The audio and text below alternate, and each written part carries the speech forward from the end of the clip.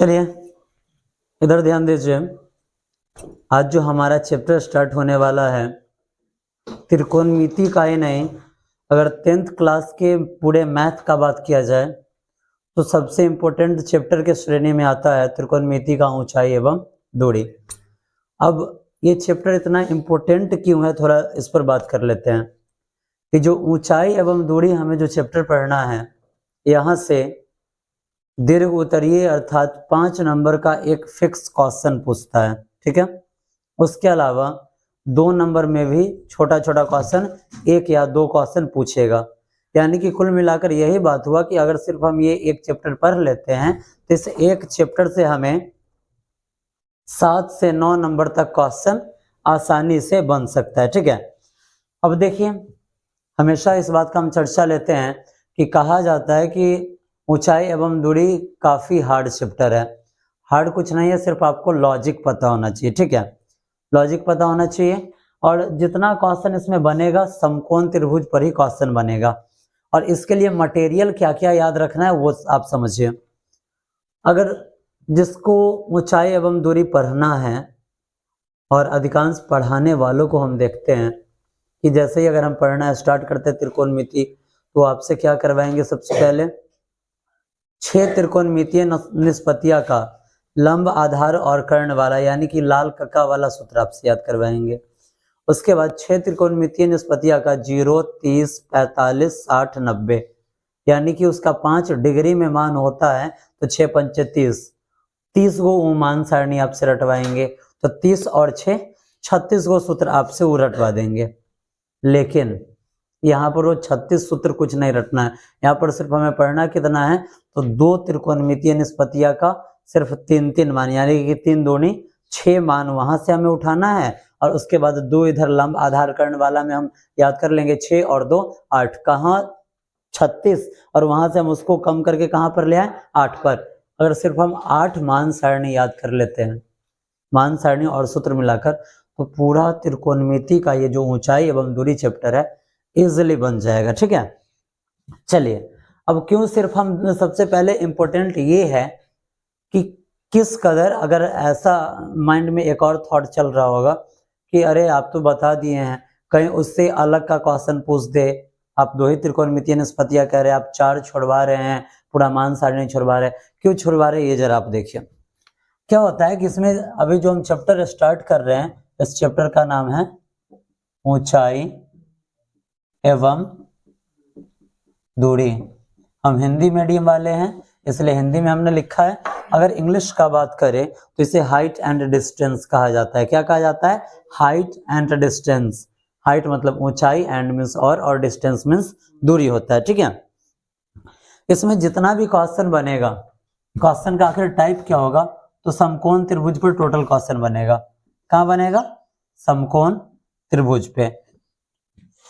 We know that, मतलब कि हम जानते हैं एक समकोण त्रिभुज में हमारे पास एक होता है लंब, एक आधार और एक कर्ण, ठीक है। एक लंब होता है, एक आधार होता है और एक क्या होता है? कर्ण होता है। समझने में कुछ तकलीफ नहीं ना। जब हम आगे बढ़ेंगे तो इस क्वेश्चन में देगा क्या, तो कोई भी इसमें से एक मान दे देगा, ठीक है, और दूसरा आपको निकालने को बोलेगा। अब इसमें क्वेश्चन किस टाइप का आएगा? क्या आएगा?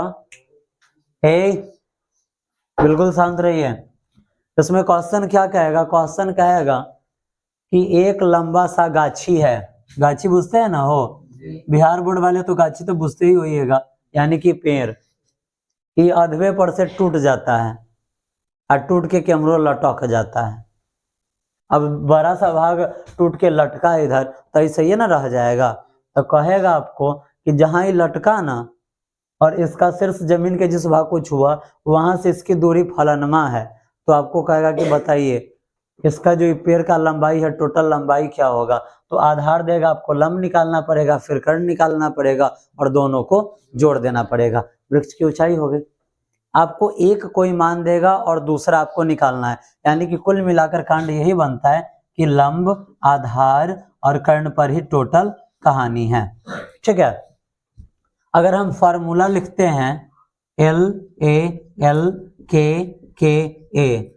साइन कॉस टेन, ठीक है, कॉसेक सेक कॉट, ठीक है। हमें सिर्फ दो फॉर्मूला, हम इसलिए इसमें से दो सूत्र इसलिए उठाएंगे कि हमें तीन ही एलिमेंट चाहिए, लंब, आधार और कर्ण। जरा आप देखिए, अगर आप साइन यहाँ पे उठाते हैं, क्या उठाते हैं, साइन, तो आपको क्या मिल गया, लंब और कर्ण मिल जाता है। साइन के फॉर्मूला में लंब और कर्ण मिल गया, एक छोटा कौन सा, आधार। और अगर हम सिर्फ tan ले लेते हैं तो यहाँ से लंब और आधार मिल गया।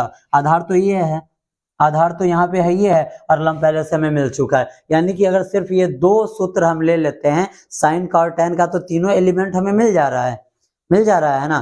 क्या क्या मिल जा रहा है, लंब, कर्ण और आधार, तीनों चीज मिल जा रहा है ना। इसीलिए हम क्या करेंगे, जब भी इस टाइप का, जब भी हम हाइट एंड डिस्टेंस में जाएंगे, ये 6 फॉर्मूला हमें नहीं याद रखना है। सिर्फ हम क्या याद रखेंगे, साइन, साइन का लंब बटा हो जाता है कर्ण, और उसके बाद tan का हो जाता है लंब बटा आधार, ठीक है। समझने में कोई तकलीफ, हम देख रहे हैं कि सिर्फ दो ही फॉर्मूला में लंब, आधार और कर्ण तीनों चीज आ गया, इसीलिए तीसरा के पास हमें नहीं जाना है। समझने में कुछ परेशानी है नहीं ना, सिर्फ ये दो याद रखना है। अब जरा आप बताइए, कहीं हमारे आसपास में भोज उज हुआ और वहां पर हमें निमंत्रण मिला, जिसको देहाती में बोला जाता है अंगिया, बोला जाता है। अगर अंगिया मिला 2 आदमी का, तो खाने कितना आदमी जाएगा, 2 ही आदमी जाएगा ना।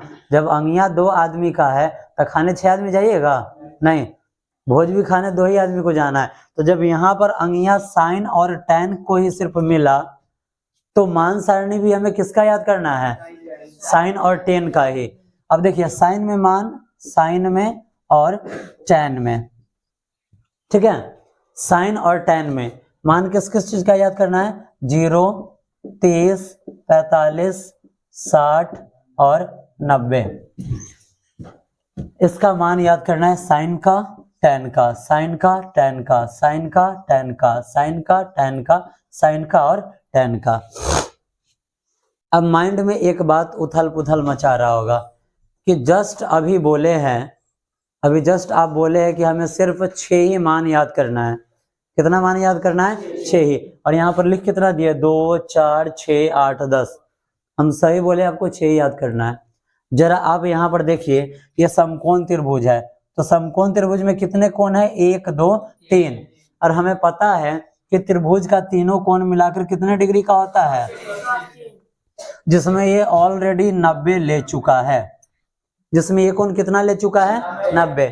तो दूसरा कोई कोण फिर 90 डिग्री का हो सकता है क्या, नहीं। क्यों, अगर इस कोण को अगर हम 90 डिग्री ले लेते हैं तो 90, 90, 180, इसके लिए कुछ बचेगा ही नहीं, बचेगा कुछ नहीं। तो जब भी हम हाइट एंड डिस्टेंस बनाएंगे, 90 डिग्री पर क्वेश्चन हमें देगा ही नहीं। जब 90 डिग्री पर क्वेश्चन नहीं देगा तो 90 डिग्री का मान हमें इसमें अप्लाई करना है क्या, नहीं। तो दोनों 90 के मान को हम क्या कर दिए, काट दिए। अब ये बताइए, जब भी त्रिभुज बनाएंगे तो 0 डिग्री का कोण बन सकता है क्या, 0 डिग्री का कभी भी कोण बन सकता है, नहीं। जब 0 डिग्री का कोण नहीं बन सकता है तो ये 0 वाला रखना जरूरी है क्या, नहीं ना, ये भी खत्म। अब देखिए, तो आपको कितना मान सारणी याद रखना है, 3 और 3, 6। यानी कि साइन में 30, 45, 60 का, और फिर tan में 30, 45, 60 का। कुल मिलाकर 1, 2, 3, 4, 5, 6, 7 और 8, ये 8 मान आप याद रख सकते हैं। अगर ये 8 मान आपको याद हो गया तो त्रिकोणमिति के हाइट एंड डिस्टेंस का चैप्टर आपका बस समझ में आया। चलिए अब चलते आगे बढ़ते हैं। हम देख चुके हैं सिर्फ कितना मान याद रखने के बाद हमारा चैप्टर बन जाएगा, 8 बन जाएगा ना। किसी को उसका कुछ समझने में दिक्कत, बुआ थोड़े ऐसा पर कहावत बनल है कि नजदीके वाला का ट्रेन छूटता है। अटेंडेंस आप बनाएंगे 5:35 का, ठीक है। अब देखिए, इसमें 2 पॉइंट्स आपको याद रखना है। इसमें कोण इसमें देगा, कोण में 2 टाइप का नाम आपको देगा, एक उन्नयन कोण और दूसरा अवनमन कोण। कौन कौन सा, उन्नयन और अवनमन।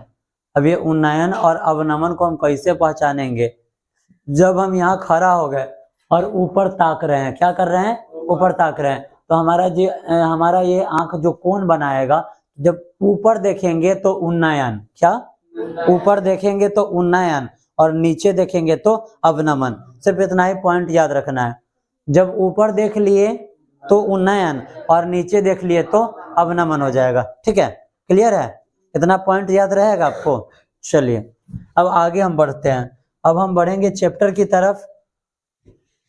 जो बच्चे भारतीय भवन का बुक पढ़ रहे हैं, भारतीय भवन के बुक में पेज नंबर T49 यानी कि T49 में हमारे जो चैप्टर स्टार्ट होता है, आप चैप्टर निकालकर अपने सामने बुक रखेंगे ताकि आपको समझने में कोई परेशानी ना हो। हमारे जो बुक है भारतीय भवन का, भारतीय भवन का बुक है, पेज हमारा है T49। ठीक है, बड़ा ही इंटरेस्टिंग चैप्टर है, कहीं कुछ कंफ्यूजन होगा ही नहीं। सिर्फ अगर जो पॉइंट्स आपको बताया गया है, अगर उतना पॉइंट्स आपको याद है तो कहीं कोई परेशानी आपको नहीं होने वाला है। चलिए देखिए, कह रहा है कि रिक्त स्थान को भरे। ये जो एक्सरसाइज हमारा है प्रश्नावली 3, इसका नाम है एक्सरसाइज 3 है। ठीक है, पहला क्वेश्चन कह रहा है कि खाली स्थान को भरना है, रिक्त स्थान को भरना है। बगल में एगो चित्र बनाया हुआ है। ठीक है, देखिए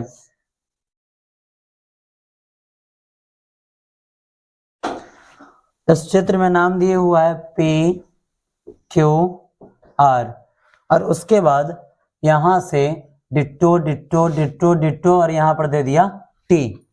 ठीक है, समझने में कुछ परेशानी नहीं ना? अब आइए, क्वेश्चन कह रहा है कि चित्र में PQR एक समकोण त्रिभुज है। ये हमको पता है कि समकोण का है। यहाँ पर ये जो लाइन PQ खींचा गया है एकदम लंबवत लाइन है, 90 डिग्री पर खींचा गया है। और अगर किसी त्रिभुज का एक कोण 90 डिग्री हो तो कौन सा त्रिभुज होता है? समकोण त्रिभुज होता है, जिसमें QR क्षैतिज है। जिसमें QR क्या है? क्षैतिज। क्षैतिज बोला जाता है आधार को। ठीक है, नीचे ऐसे जो पड़ी रेखा होता है उसको क्षैतिज रेखा, और जो खड़ा होता है उसको ऊर्ध्वाधर रेखा बोला जाता है। क्या बोला जाता है? ऊर्ध्वाधर रेखा। तो कह रहा है कि QR बराबर 8√3। इसमें जो QR दे रहा है इसका मान कितना है? 8√3 है। और कोण QPR बराबर 30 डिग्री। कोण QPR बराबर 30 डिग्री। तो क्वेश्चन कह रहा है, तो एक नंबर में R पर P का उन्नयन कोण, R पर P का उन्नयन कोण क्या होगा ये बताना है। P पर R का अवनमन कोण बराबर किसके होगा ये आपको बताना है। उसके बाद 3 नंबर में कह रहा है कि Q से P की ऊंचाई। चलिए हम यहाँ पे पार्ट बाय पार्ट इस क्वेश्चन को बनाना स्टार्ट करते हैं और देखिए क्वेश्चन को बनाना कितना इजी है, कितना इजी वे में ये क्वेश्चन हमारा बन जाएगा। ठीक है, अब यहाँ पर आप देखिए, यहाँ पे कह रहा है कि ये 30 डिग्री है। कितना है? 30 डिग्री है। ठीक, हमें पता है कि ये एक समकोण त्रिभुज है, तो यहाँ पर कितने डिग्री का बनेगा? 90 डिग्री का बनेगा। अब यहाँ पर देखिए एक नंबर में क्वेश्चन कह रहा है कि R पर P का उन्नयन कोण बराबर डॉट डॉट डॉट। R पर P का उन्नयन कोण बराबर डॉट डॉट डॉट। R पर P का उन्नयन कब होता है? नीचे से हम ऊपर देखते तब क्या होता है? वो उन्नयन। नीचे से देखना है तो नीचे से ऊपर देखना है, यानी कि इस कोण का मान बताना है, इसका बताना है ना। हो देखिए, आप सीधा सा लॉजिक फिट कर दीजिए कि एक त्रिभुज के तीनों कोणों का योगफल कितना होता है? 180 में से 90 ये निकल गया तो इधर बच गया 90। 90 में से 30 ये निकल गया तो यहाँ पर कितना डिग्री हो जाएगा? 60 डिग्री हो जाएगा। एक का पहला का आंसर क्या हो जाएगा? 60 डिग्री। उतना कुछ उलझने का कोई आवश्यकता है? हमें पता है कि एक समकोण त्रिभुज है जिसमें ये 90 डिग्री, ये 30 डिग्री, तो ये हो जाएगा 60। तब ना 90 और 30 120 और 60 180 डिग्री। समझने में कुछ कंफ्यूजन है? नहीं ना। इसी तरीका से नीचे वाला भी बनाना है। उसके बाद कह रहा है कि Q से P की ऊंचाई निकालिए। Q से P की ऊंचाई निकालिए कि आखिर इसका ऊंचाई क्या होगा। अब यहाँ पर मैटर फंसता है। अब यहाँ ये जो आप लिखे हैं साइन, साइन का फॉर्मूला क्या होता है? लंब बट्टा कर्ण होता है। और उसके बाद tan आपको पढ़ाया गया था, tan का क्या होता है? हाँ, लंब बट्टा आधार, याद रखा कीजिए। अब देखिए बहुत सारे बच्चे फॉर्मूला सेट करने में ही कंफ्यूज हो जाते हैं, किसमें आखिर कौन सा फॉर्मूला लगेगा, कंफ्यूज हो जाते हैं ना, किसमें कौन सा फॉर्मूला लगेगा, साइन वाला लगेगा या कॉस वाला लगेगा या टेन वाला या कॉसेक वाला या कॉट वाला। अब उसके माइंड में एक ही बात चलता है कि अरे बाप रे 6 त्रिकोणमितीय निष्पत्तियां हमको दिया गया है, अब कौन सा फॉर्मूला इसमें सेट करें। अब देखिए वहां पर 6 था, आपको कितना रिकमेंड यहाँ पे किया गया है? सिर्फ 2, चारों का कंफ्यूजन खत्म ना। अब इस 2 में आपको चुनना है। अब 2 में भी जो चुनना है तो आपको रामबाण इलाज बता दिया जा रहा है, कहीं कंफ्यूजन ही नहीं होगा। अब देखिए इसका तीसरा नंबर क्वेश्चन हम बना रहे हैं कि जो 8/√3 दे रहा है, ये निचका का मान दे रहा है, हमें पता है कि ये आधार है, ये लंब है और ये कर्ण है। कह रहा है कि इसका लंबाई क्या होगा। आधार दे रहा है और लंब पूछ रहा है, आधार दे रहा है और लंब पूछ रहा है। आधार और लंब वाला फॉर्मूला इसमें खोजिए, तो आधार और लंब वाला फॉर्मूला कौन होता है? tan होता है, tan होता है ना। अब यहाँ हम लिखेंगे tan थीटा के बराबर में लंब बट्टा आधार। समझने में कोई तकलीफ नहीं ना। कभी भी क्वेश्चन बनाते हैं इस थीटा पर चलते हैं ना, सामने वाले थीटा पे। अब यहाँ पर देखिए थीटा का मान कितना डिग्री है? 60 डिग्री है। कितना डिग्री है? 60 डिग्री है। चलिए जब यहाँ पर 60 डिग्री है, हम आगे बढ़ाते हैं, तो क्या हम यहाँ पर लिख सकते हैं tan 60 डिग्री के बराबर में यहाँ जो लंब है इसका नाम क्या है? PQ है, लंब का नाम क्या है? PQ, और बट्टा में आधार, आधार का नाम क्या है? R और Q। tan 60 डिग्री का मान आप मैच कीजिए कितना आता है। tan 60 का मान कितना आता है? tan 60 का मान होता है √3। क्या होता है? √3। बताइए तो tan 60 की जगह पर हम लिख सकते हैं √3। कहीं पर कंफ्यूजन का कोई गुंजाइश ही नहीं है कि सूत्र मेरा गलत बैठ जाएगा। इसमें आधार दे रहा था और PQ ही पूछा है ना, आधार दे रहा था और क्या पूछ रहा था? लंब। तो लंब आधार वाला ले लिए। थीटा यहाँ पर कितना डिग्री है? 60 डिग्री, तो थीटा की जगह पर 60 डिग्री ले लिए। tan 60 का मान √3, यहाँ पर PQ का PQ लिखते हैं और RQ का मान कितना है? 8√3 है। इसके नीचे हम अपना मन से लिख सकते हैं 1। जब बराबर के दोनों तरफ संख्यात्मक मानो तो वहां पर क्या होता है? कैसे गुना करेंगे? 1 से PQ में गुना होगा तो PQ के बराबर में √3 से 8√3 में क्या करना है? गुणा करना है। जब हम आगे बढ़ाएंगे तो 8 √3 से √3 में गुना होता है तो √3 का स्क्वायर से रूट क्या होता है? कट जाता है, बचता क्या है वहां पे? 3। तो गुणा में लिख सकते हैं 3, 8 तेरी 24। किसका मान? हमें PQ का मान निकालना था, PQ का मान निकल गया 24। यही हो जाएगा आपका आंसर। मैच कीजिए तो आंसर क्या दे रहा है? क्या है? यही है। चलिए अब आगे बढ़िए क्वेश्चन में। आगे जब हम इस क्वेश्चन में बढ़ेंगे तो क्वेश्चन क्या दे रहा है वो आप देखिए।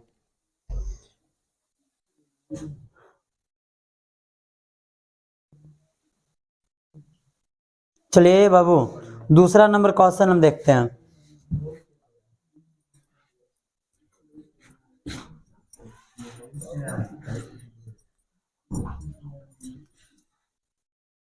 देखिए दूसरा नंबर क्वेश्चन हम देखेंगे। दूसरा नंबर क्वेश्चन का डिमांड है, देखिए बिल्कुल इजी क्वेश्चन सब है, 100% क्वेश्चन बन जाएगा। क्वेश्चन कह रहा है कि त्रिभुज ABC में कोण A बराबर 90 डिग्री है। तो वो त्रिभुज है ABCD है रे कि ABC है। एक त्रिभुज है ABC जिसका कोण A बराबर 90 डिग्री। हमें पता है कि ये वाला कोण कितना होता है? 90 डिग्री। इसका मान लेना है A, तो ये हो जाएगा B और ये हो जाएगा C। समझने में कोई तकलीफ नहीं ना। क्वेश्चन कह रहा है कि इसमें AB का मान 6 सेंटीमीटर, AB का मान कितना है? 6 सेंटीमीटर है। और कह रहा है कि AC 2 √3 है। AC जो है ये 2√3 है। ठीक, तो क्वेश्चन कह रहा है कोण बी का माप बताइए, यानी कि जो कोण बी है यहाँ पर कितना डिग्री मान आएगा, यही आपको बताना है। देखिए कितना इजी क्वेश्चन है और कितना आसानी से ये क्वेश्चन हमारा बनेगा। जरा आप देखिए, जब हम इस क्वेश्चन में चलते हैं तो हमें क्या क्या चीज मिला है, लंब मिला है और आधार मिला है। ये वाला रेखा लंब होता है और नीचे वाला आधार होता है। क्या क्या मिला है, लंब और आधार। लंब और आधार वाला खोजिए, क्या है, tan थीटा है। हम यहाँ पर लिख सकते हैं tan थीटा के बराबर में लंब बटा आधार, पक्का। फिर से लिख सकते हैं tan थीटा के बराबर में लंब का मान AC और आधार का मान AB। स्टेप बाय स्टेप समझा रहे हैं ताकि किसी को कुछ कंफ्यूजन ना हो। फिर से लिख सकते हैं tan थीटा बराबर AC का मान क्या है, 2√3 और बट्टा में 6 है। 2√3 बट्टा में क्या चीज दे रहा है, 6 दे रहा है। जब हम आगे बढ़ेंगे, जब इस क्वेश्चन को हम लेकर आगे बढ़ेंगे तो बताइए, तो इसमें कुछ कटने वाला है, किसी को हम काट सकते हैं क्या, किसको काट सकते हैं, 2 से 6 को काट सकते हैं। क्या मर्तबे काट सकते हैं, 3 मर्तबे। अब देखिए यहाँ पे tan थीटा के बराबर में क्या बचा, √3 बट्टा में 3 बचा। अब देखिए हम पूरा त्रिकोणमितीय निष्पत्तियां पढ़ के उसका जो मान सारणी है सबको हम पढ़ के खंगाल चुके हैं। कहीं पर भी मान √3 के बट्टा में 3 नहीं आता है, कहीं पर भी है, किसी भी मान में है। और हमें तो वैसे भी यहाँ से दिख रहा है कि हमें tan के बराबर में ही लेना है, तो tan में कहीं पर भी √3 बटा 3 मान होता है, नहीं होता है। थोड़ा सा इसमें मॉडिफाई कर देंगे, इसको क्या कर देंगे, तो हम इसमें गुणे √3 और गुणे √3 लिख दिए। अब काहे लिख दिए, तो √3 से √3 कट जाएगा, क्या मर्तबे, 1 मर्तबे, और 1 से किसी भी चीज में गुना होगा तो कुछ भी फर्क पड़ता है नहीं। चलिए जब हम आगे बढ़ेंगे बुआ, जब हम आगे बढ़ेंगे तो जब √3 से √3 में गुना होता है तो √3 का स्क्वायर हो जाता है, स्क्वायर से रूट कट जाता है, तो इसका आंसर क्या बचता है, 3। तो इसको हम लिख सकते हैं 3 और बटा में 3 √3 आ गया। 3 से 3 को हम काट सकते हैं। जब हम 3 से 3 को काट दिए तो हमारे पास क्या बचा, तो हमारे पास ऊपर कुछ भी नहीं है, तो 1 और नीचे √3। अब आइए tan में आप मैच कीजिए, tan में 1 बटा √3 किसका मान होता है, तो tan में √3 30 डिग्री का होता है। तो जरा आप बताइए क्या हम इसको लिख सकते हैं, tan थीटा के बराबर में tan में 1 बटा √3 tan 30 डिग्री का होता है। किसका होता है, tan 30 डिग्री का होता है ना।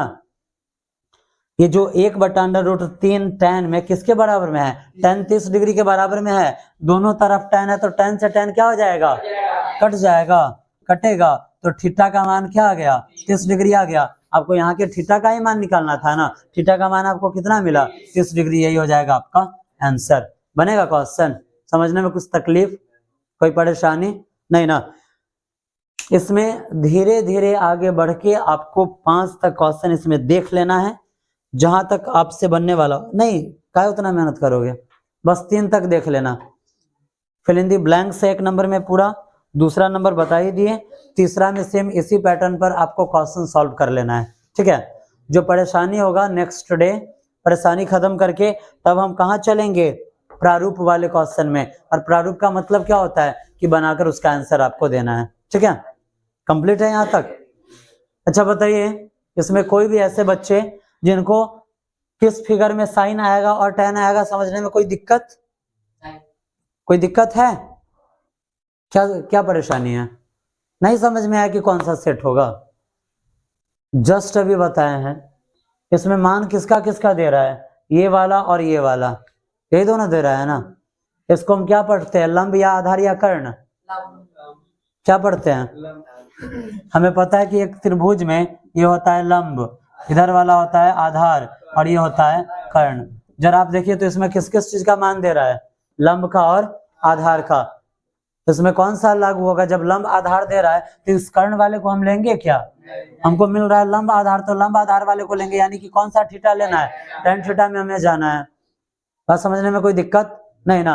अगर यही मान यहाँ ना देकर यहाँ पर देता, मान लो अगर यहाँ पे देता, तब हमें क्या मिला, लंब मिला और कर्ण मिला। तो किसमें हम जाते, लंब और कर्ण में। किसमें हम जाते, साइन वाले फॉर्मूला पे।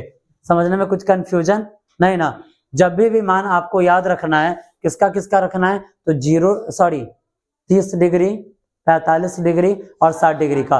क्यों, क्योंकि अगर एक 90 है तो दूसरा अब 90 नहीं होगा, और 0 डिग्री पर त्रिभुज बन ही नहीं सकता है। और जितना क्वेश्चन हमें पढ़ना है सारा किस पर डिपेंडेड होगा, त्रिभुज पे। समझने में कोई कंफ्यूजन नहीं ना।